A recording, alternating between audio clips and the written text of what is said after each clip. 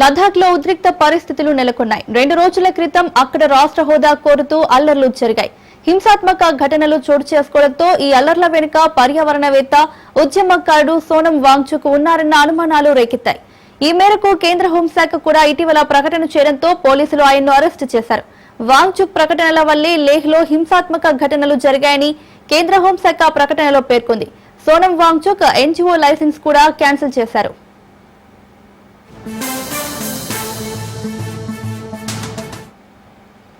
లదాఖ్ కు రాష్ట్ర హోదా ఇవ్వాలని కొద్ది రోజులుగా అక్కడి ప్రజలు నిరసనలు చేస్తున్నారు. ఇందులో భాగంగానే వాంగ్చుక్ 2 వారాలుగా నిరాహార దీక్ష చేస్తున్నారు.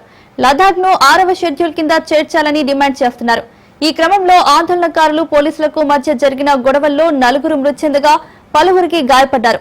ఇదిలా ఉండగా లదాఖ్ ఆందోళనకు తానే మూల కారణమంటూ చెప్పడాన్ని వాంగ్చుక్ తప్పుపట్టారు. ప్రధాన సమస్యను పక్కన పెట్టి తనను టార్గెట్ చేసి బలి పశువును చేస్తున్నారని ఆరోపించారు.